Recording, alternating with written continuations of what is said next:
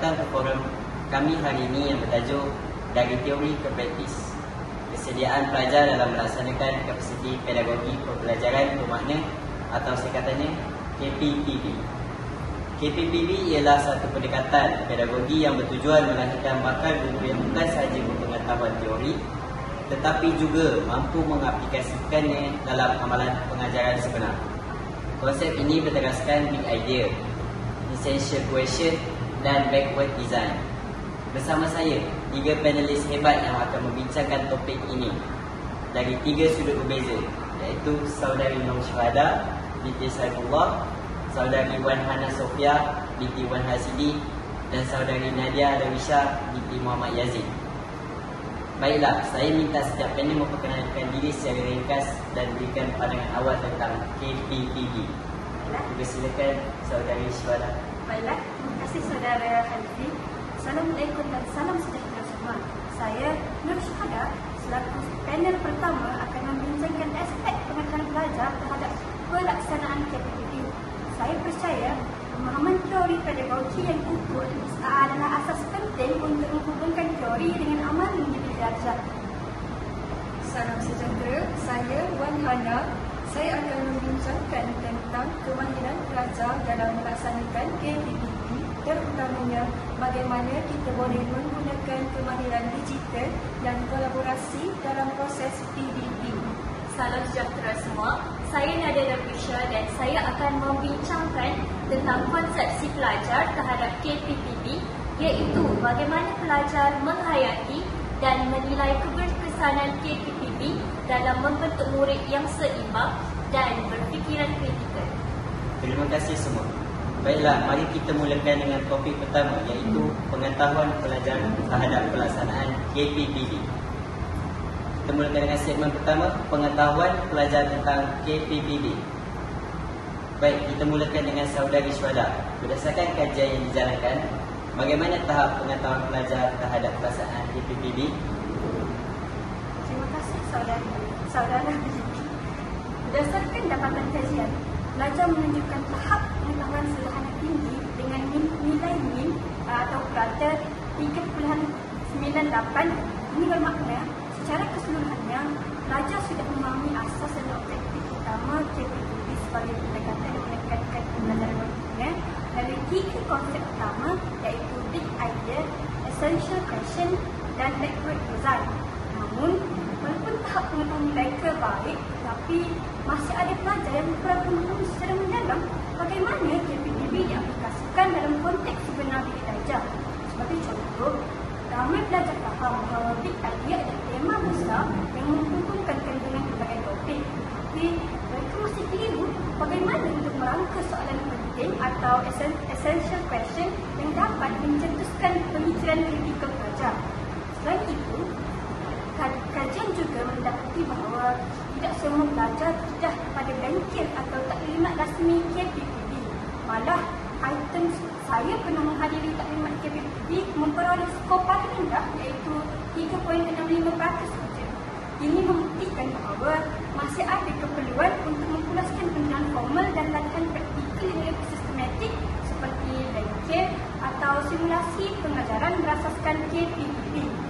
Menarik, Saudari Syuhada. Jadi, walaupun pelajar sudah tahu tentang KPPB, kefahaman mereka mungkin masih di peringkat teori. Benar, Saudara Hanifi. Mereka memahami konsep secara umum, tetapi belum benar-benar mengerti maksud pembelajaran bermakna yang sebenar. Oleh itu, latihan praktikal sangat penting agar teori yang dipelajari dapat diterjemahkan dalam situasi sebenar. Maaf Saudara Hanifi, boleh saya mencedah? Silakan Saudari Hana. Saya bersetuju dengan Saudara Syuhada. Ramai pelajar tahu definisi KPPB, tapi bila diminta merancang rancangan pengajaran harian aplikasi yang mengaplikasikan big idea, mereka masih ragu-ragu. Mereka cenderung untuk meniru format biasa tanpa benar-benar memahami bagaimana nak gabungkan elemen essential question dan backward design secara bermakna. Sebenarnya, ini bukan salah pelajar semata-mata. Kadang-kadang mereka tidak diberi peluang mencuba merancang PPP yang fleksibel dan kreatif. Kalau mereka diberi ruang untuk bereksperimen dengan pendekatan KPPB, saya yakin pemahaman mereka akan meningkat dengan cepat. Saya setuju dengan saudari Hana dalam KPPB. Pelajar sepatutnya berperanan sebagai rakan pembelajaran dan mereka bersama. Oleh itu, proses pembelajaran haruslah bersifat lebih terbuka dan reflektif. Izinkan saya mencelah juga saudara moderator. Silakan saudari Nadia. Saya ingin menambahkan bahawa pemahaman terhadap pembelajaran bermakna tidak boleh hanya bersandar kepada teori ataupun nota kuliah. Pelajar perlu mengalami sendiri prosesnya, contohnya melalui tugasan lapangan, perbincangan reflektif atau micro teaching berasaskan KPPB. Apabila mereka mengalaminya sendiri, barulah mereka faham bagaimana teori pedagogi itu benar-benar berfungsi di dunia sebenar. Sebagai contoh, apabila pelajar diminta untuk membina aktiviti PEP berdasarkan big idea, mereka sedar bahawa ia menuntut pemikiran asas tinggi dan bukan sekadar aktiviti rutin. Di situlah nilai deep learning yang sebenar. Benar saudara Nadia. KPPB sebenarnya menekankan pembelajaran reflektif di mana pelajar bukan hanya sekadar tahu konsep tetapi juga perlu menilai semula pemahaman mereka sendiri, menghubungkannya dengan teori serta pengalaman sebenar mereka di sekolah. Maaf, boleh saya tambah sedikit lagi saudara moderator? Ya, silakan saudari Nana. Saya juga ingin tekankan bahawa pelajar perlu faham bahawa KPPB bukan sekadar pendekatan baru tetapi satu cara berfikir yang berbeza. Ia menuntut guru melihat pembelajaran dari sudut yang lebih luas, bukan sekadar pencapaian akademik tetapi pembangunan insan yang holistik. Kalau pelajar sedar perkara ini sejak awal, mereka akan lebih bersedia menghadapi dunia pembelajaran sebenar. Menarik pandangan semua panel. Jadi kalau saya rumuskan, pelajar menunjukkan pengetahuan yang baik tentang asas KPPB. Mereka tahu konsep idea dan backward design. Tetapi masih perlukan latihan praktikal, bimbingan syarah dan pengalaman sebenar untuk mengukuhkan kefahaman mereka. Dengan kata lain, ilmu teori sudah ada, tapi pengalaman praktikal perlu diperkasa supaya pembelajaran benar-benar menjadi bermakna.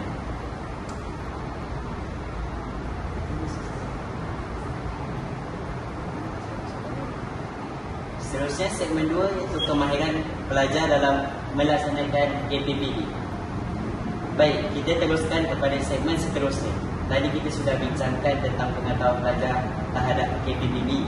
Sekarang kita beralih pula kepada kemahiran pelajar dalam melaksanakan KPPB.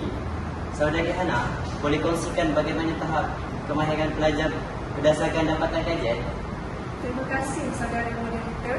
Berdasarkan dapatan kajian, tahap kemahiran pelajar juga menunjukkan sederhana tinggi dengan nilai purata 3.98. Ini satu petanda positif menunjukkan pelajar bukan sahaja faham secara teori tetapi juga mula menguasai kemahiran asas untuk melaksanakan KPPB dalam konteks sebenar pengajaran.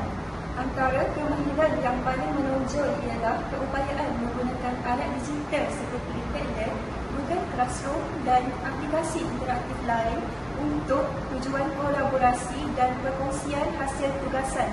Selain itu, pelajar menunjukkan peningkatan ketara dari segi kemahiran interpersonal, contohnya dalam komunikasi dan kerja berpasukan semasa melaksanakan tugasan kumpulan KPPB. Malah, item berkaitan kemahiran interpersonal mendapat skor purata tertinggi iaitu 4.3 yang menunjukkan keyakinan diri pelajar meningkat apabila mereka terlibat secara aktif dalam proses kolaboratif. Secara keseluruhannya, dapatan ini membuktikan bahawa pelajar sudah bersedia untuk memanfaatkan teknologi dan kolaborasi dalam proses pembelajaran bermakna. Namun, kemahiran ini perlu diasah lagi supaya tidak hanya bergantung kepada teknologi semata-mata tetapi benar-benar menyokong tujuan KPPB. Menarik saudari Hana.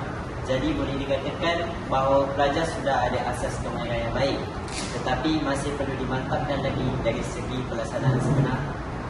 Ya, betul saudara moderator. Ramai pelajar tahu guna alat digital, tetapi kadang-kadang penggunaan itu lebih kepada ikut trend, bukan benar-benar digunakan untuk memperdalam pembelajaran. KPPB menuntut pelajar menggunakan teknologi sebagai alat untuk meneroka makna dan mencipta nilai baharu, bukan hanya sebagai medium hiburan. Contohnya, Padlet boleh digunakan bukan sekadar untuk berkongsi hasil tugasan, tetapi untuk menggalakkan murid berfikir secara kolaboratif, memberi maklum balas reflektif dan menilai idea rakan mereka. Maafkan saya, mungkin saya menambah sedikit saudara. Silakan saudari Syuhada. Terlebih dahulu, saya bersetuju dengan pendapat saudara Hana. Namun, pada masa yang sama, kemahiran tersebut hanya akan benar-benar berkesan sekiranya pelajar memahami yang dalam konsep graphic design itu sendiri. Tanpa kefahaman itu, pelajar mungkin melaksanakan aktiviti secara mengikut iaitu hanya melaksanakan tugasan kerana diminta tanpa faham tujuan sebenar aktiviti tersebut dijalankan. Sebagai contoh, dalam graphic design, guru boleh bermula dengan menentukan matlamat akhir iaitu apa hasil pembelajaran ini ingin dicapai sebelum merancang secara aktiviti. Tetapi, jika pelajar tidak jelas tentang matlamat tersebut, mereka mungkin hanya akan menilai aktiviti digital secara rawak tanpa tahu kaitannya dengan objektif pembelajaran. Jadi, kemahiran digital dan kolaborasi mestilah disertai dengan program pedagogi yang mendalam agar KPPB dapat mencapai matlamatnya yang sebenar. Betul itu saudara Syuhada. KPPB bukan sekadar guna teknologi, tetapi mengintegrasikan teknologi secara bermakna untuk mencapai hasil pembelajaran yang dirancang. Izinkan saya mencelah saudara Halifi. Silakan saudari Nadia. Saya ingin menambah satu aspek penting iaitu kemahiran refleksi kendiri. Dalam pelaksanaan KPPB, pelajar bukan sahaja perlu tahu bagaimana cara untuk mengajar, tetapi juga bagaimana menilai semula keberkesanan pengajaran mereka. Kemahiran refleksi ini penting supaya pelajar dapat mengenal pasti apa yang berkesan dan apa yang perlu diperbaiki. Sebagai contoh, pelajar boleh menilai semula melalui jurnal refleksi atau maklum balas rakan sebaya. Dari situ, mereka dapat menyesuaikan pendekatan mereka untuk lebih selaras dengan prinsip KPPB, iaitu pembelajaran bermakna yang berpaksikan pelajar. Saya sangat bersetuju saudari Nadia. Refleksi ini sebenarnya adalah kunci utama pembelajaran bermakna. Tanpa refleksi, guru tidak akan tahu sejauh mana murid benar-benar memahami sesuatu topik atau sama ada strategi pengajaran mereka mencapai matlamat yang diharapkan. Tambahan pula, KPPB menekankan analisis kompetensi dan salah satu daripadanya ialah critical thinking. Kemahiran refleksi ini secara tidak langsung melatih pelajar untuk berfikir kritikal tentang tindakan mereka sendiri, bukan sekadar menerima maklum balas daripada orang lain. Maaf, bolehkah saya menambah sedikit lagi saudara? Silakan saudari Syuhada. Saya juga ingin menekankan tentang kepentingan kemahiran berkomunikasi dalam kumpulan. Kadang-kadang dalam aktiviti KPPB, pelajar terlalu fokus kepada penggunaan alat digital dan tugasan akademik. Tetapi mereka melupakan bahawa komunikasi yang efektif adalah tuncang kolaborasi yang besar. Kemahiran ini penting supaya pelajar dapat berkongsi idea secara terbuka, memberi dan menerima maklum balas yang beradab serta membuat keputusan bersama. Dalam KPPB, komunikasi adalah bersifat dua hala dan aktif. Ia bukan hanya sekadar menyampaikan maklumat, tetapi untuk membina kefahaman bersama. Saya setuju, Syuhada. Apabila komunikasi dalam kumpulan berfungsi dengan baik, pembelajaran akan menjadi lebih bermakna dan menyeronokkan. Pelajar bukan sahaja belajar daripada pensyarah, tetapi juga daripada rakan mereka sendiri. Itu sebenarnya asas kepada konsep rakan pembelajaran, iaitu colonials yang ditekankan dalam KPPB. Hebat perbincangan kita ini. Jadi kalau saya boleh rumuskan, pelajar menunjukkan kemahiran yang baik dalam melaksanakan KPPB, khususnya dari aspek penggunaan teknologi dan kerja berpasukan. Namun begitu, kemahiran ini akan lebih berkesan jika disertai kefahaman mendalam tentang backward design dan dikukuh dengan amalan refleksi serta komunikasi berkesan.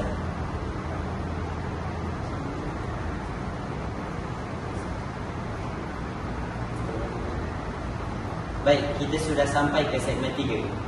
Kalau tadi kita dengar tentang pengetahuan dan kemahiran pelajar dalam melaksanakan KPPB, kali ini kita akan menyentuh pula aspek yang tidak kurang penting, konsepsi dan sikap pelajar terhadap pelaksanaan KPPB. Saudari Nadia, boleh kongsikan bagaimana persepsi dan sikap pelajar terhadap KPPB berdasarkan dapatan kajian? Terima kasih saudara Halifi. Berdasarkan dapatan kajian, pelajar menunjukkan konsepsi yang tinggi terhadap KPPB dengan nilai min sebanyak 4.11. Maksudnya, mereka bukan sekadar faham apa itu KPPB, tetapi juga mempunyai pandangan yang positif dan keyakinan terhadap keberkesanan dalam dunia pendidikan yang sebenar. Antara perkara yang paling ketara, pelajar percaya bahawa pelaksanaan KPPB dapat menyumbang kepada kemenjadian murid dengan nilai min yang tertinggi, iaitu sebanyak 4.49. Ini bermakna mereka sedar bahawa KPPB bukan sekadar strategi mengajar, tetapi satu proses yang mampu membentuk murid dari segi kognitif, afektif dan juga sosial. Selain itu, dapatan juga menunjukkan pelajar bermotivasi untuk terus memantapkan diri dengan menghadiri kursus atau bengkel pemantapan KPPB. Nilai BIM adalah sebanyak 4.36. Namun begitu, masih ada sebilangan kecil pelajar yang kurang yakin untuk melaksanakan KPPB secara bebas tanpa bimbingan daripada pencarah atau guru pembimbing. Hal ini menunjukkan pelajar memerlukan lebih banyak peluang amali dan refleksi untuk membina keyakinan dan menerapkan KPPB sewaktu praktikal. Sangat menarik saudari Nadia. Jadi walaupun mereka faham dan setuju dengan KPPB, ada juga faktor keyakinan diri yang masih perlu dikukuh. Ya, betul saudara Halifi. Sikap dan keyakinan diri ini sangat penting kerana KPPB menuntut guru bersikap aktif, kreatif dan berani mencuba pendekatan baharu dalam PEP. Kalau pelajar terlalu bergantung pada cara yang lama atau takut melakukan kesilapan, mereka sukar menerapkan nilai pembelajaran bermakna yang sebenar. Maaf, boleh saya mencenak saudara Halifi? Silakan saudari Hana. Saya tertarik dengan isu keyakinan yang saudari Nadia sebutkan tadi. Dalam pengalaman saya, ramai pelajar sebenarnya bersemangat dan kreatif, tetapi mereka takut untuk mencuba kaedah baru seperti KPPB kerana bimbang kalau hasilnya tidak seperti yang dijangka. Kadang-kadang pelajar risau dinilai sebagai tidak mengikut silibus atau melangkaui format biasa. Sebab itu penting untuk wujudkan suasana sokongan dan galakan bukan sahaja daripada pensyarah tetapi juga rakan kelas. Apabila pelajar rasa disokong, mereka akan lebih berani bereksperimen dan belajar daripada kesilapan. Itulah sebenarnya intisari pembelajaran bermakna. Mungkin saya menambah sedikit saudara. Silakan saudari Syuhada. Saya amat bersetuju dengan saudara Hana. Sebenarnya, sikap pelajar menaikkan peranan besar dalam menentukan kejayaan pelaksanaan KPPB. Pendekatan ini menggalakkan pelajar berfikir secara kritikal, bekerjasama dan berani mencuba. Namun, budaya takut salah masih kuat dalam kalangan pelajar. Mereka sering beranggapan bahawa jawapan mesti tepat atau selapis dengan buku. Sedangkan KPPB menekankan bahawa proses berfikir dan meneroka lebih penting daripada hasil akhir. Jika kita mahu menjadi guru yang kreatif, kita mestilah berani mencuba, nilai semula hasil dan terus memperbaikikannya. Betul saudari Syuhada. Dan sebenarnya KPPB ini bukan hanya tentang teknik mengajar, tetapi cara kita membina diri sebagai pendidik. KPPB menekankan 6 kompetensi utama iaitu atau 6C yang membentuk guru dan murid yang seimbang. Creativity, communication, collaboration, critical thinking, character dan citizenship. Jadi, apabila pelajar mengamalkan KPPB, mereka bukan sahaja memperkukuh kemahiran profesional tetapi juga nilai-nilai peribadi seperti empati, tanggungjawab dan juga kepimpinan. Maaf, boleh saya tambah sedikit saudara Hanfi? Silakan saudara Hana. Saya nak kaitkan dengan realiti di sekolah. Bila pelajar nanti jadi guru, mereka akan berhadapan dengan murid yang berbagai latar belakang. Kalau mereka tidak menghayati nilai karakter dan citizenship dalam 6C ini, mereka mungkin mengajar tanpa memahami emosi dan keperluan sebenar murid. KPPB membantu guru melihat murid sebagai manusia yang berkembang, bukan sekadar pelajar yang perlu lulus peperiksaan. Betul tu saudara Hana. Di sini nak pentingnya peranan teacher dan mentor semasa latihan mengajar. Apabila pelajar mendapat bimbingan yang berterusan dan suasana pembelajaran yang positif, mereka akan lebih yakin untuk mempraktikkan KPPB. Sikap positif ini boleh dibina melalui contoh teladan yang ditunjukkan oleh teacher mereka sendiri. Saya juga ingin menambah sedikit berkaitan dengan konsep si pelajar terhadap refleksi diri. Kajian menunjukkan ramai pelajar yang bersedia berbincang dengan rakan seangkatan selepas melaksanakan KPPB MIN 4.15 dan ada yang membuat analisis pencapaian murid selepas PDP iaitu MIN sebanyak 4.28. Ini menunjukkan pelajar sudah mula melihat diri mereka bukan sekadar penyampai ilmu tetapi sebagai pemerhati, penganalisis dan pembimbing pembelajaran murid. Bagi saya, inilah bukti paling jelas bahawa KPPB membantu pelajar membentuk identiti profesional. Mereka sebagai guru masa hadapan. Menarik betul perbincangan kita ini. Jika saya boleh rumuskan, pelajar mempunyai konsepsi yang tinggi dan sikap yang positif terhadap pelaksanaan KPPB. Mereka percaya KPPB bukan sahaja meningkatkan keberkesanan PDP tetapi juga menyumbang kepada kemenjadian murid dan perkembangan diri sebagai guru yang reflektif serta berkarakter. Namun, masih perlu ditekankan aspek keyakinan diri, budaya berani mencuba dan sokongan institusi untuk memastikan pelajar dapat melaksanakan KPPB dengan berkesan semasa latihan di sekolah kelak. Baiklah, terima kasih saudari Nadia, saudari Syuhada dan saudari Hana atas perkongsian yang sangat bernas dan menyentuh aspek nilai dalam pendidikan. Sekarang kita akan masuk ke segmen terakhir kita, bincangkan pula cabaran dan cadangan dalam pelaksanaan KPPB. Baik, sebelum kita ke penutup, saya ingin mendengar pandangan semua tentang cabaran dan cadangan untuk memperkukuh pelaksanaan KPPB. Kita dah bincangkan tentang pengetahuan kemahiran dan sikap pelajar. Tapi setiap pelaksanaan pasti ada halangan yang perlu diatasi. Kita mulakan dengan saudari Syuhada dahulu. Terima kasih saudara Hanfi. Pada pandangan saya, cabaran pertama yang dihadapi ialah kekurangan latihan praktikal dan masa. Pelajar sebenarnya faham konsep KPPB, tetapi mereka jarang diberi peluang untuk mengaplikasikannya secara menyeluruh semasa praktikum di sekolah. KPPB memerlukan masa yang panjang untuk merancang, melaksanakan dan menilai semula proses PDP. Jika tempoh latihan yang diberikan terlalu singkat, pelajar sukar untuk mendalami setiap fasa dalam KPPB, terutamanya fasa refleksi yang sangat penting bagi memastikan pembelajaran bermakna benar-benar tercapai. Maaf, boleh saya tambah sedikit saudara Hanfi? Silakan saudari Hana. Saya bersetuju dengan saudara Syuhada. Selain masa, saya lihat kekangan teknologi dan sokongan pensyarah juga menjadi halangan. Tidak semua institusi mempunyai kemudahan digital yang mencukupi, contohnya akses internet yang stabil atau peralatan ICT yang lengkap.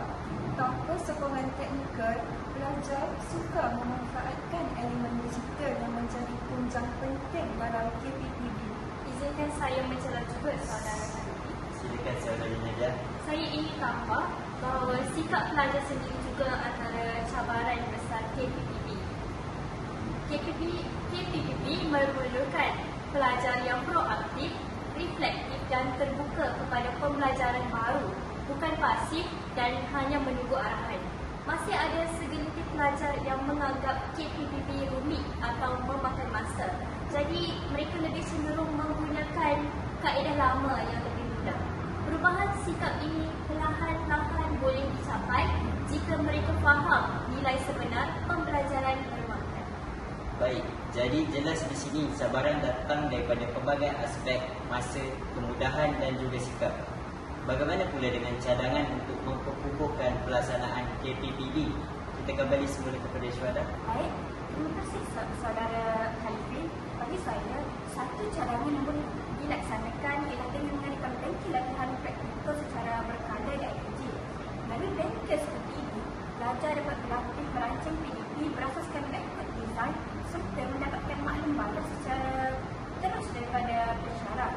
Aktiviti seperti ini dapat membantu pelajar memahami konsep KPPB dan mengukuhkan kemahiran pedagogi mereka. Saya pula mencadangkan supaya IDG dan Universiti Pendidikan menggalakkan penggunaan platform digital kolaboratif seperti Google Classroom, Padlet atau Canva for Education. Platform seperti ini bukan sahaja memudahkan perkongsian bahan tetapi juga membina komuniti pembelajaran aktif antara pelajar dan pensyarah. Saya setuju dengan cadangan saudara Syuhada dan saudari Hana. Dan saya ingin memberi cadangan saya iaitu penilaian khas KPP perlu ada semasa praktikum, bukan sekadar aspek pengajaran umum. Ini akan melatih pelajar untuk benar-benar mengamalkan KPP secara konsisten, bukan hanya semasa tugasan akademik. Cadangan yang sangat baik dan realistik daripada semua panel. Kalau semua pihak pelajar, pesara dan institusi bekerjasama, saya percaya KPPB bukan sahaja dapat dilaksanakan dengan lebih berkesan, tapi juga menjadi budaya pengajaran yang berterusan di sekolah-sekolah kita nanti. Baiklah, kita sudah sampai ke penghujung forum. Terima kasih kepada panel-panel kita atas perbincangan yang sangat bermakna. Kesimpulannya, pelajar menunjukkan kesediaan yang baik terhadap KPPB dari segi pengetahuan, kemahiran dan sikap. Namun masih perlu dikukuh melalui latihan praktikal, bimbingan digital dan refleksi ke diri. Semoga forum ini bermakna. Semoga forum ini memberi inspirasi kepada kita semua untuk terus menghubungkan teori dan amalan dalam dunia pendidikan. Sekian, terima kasih. Assalamualaikum warahmatullahi wabarakatuh.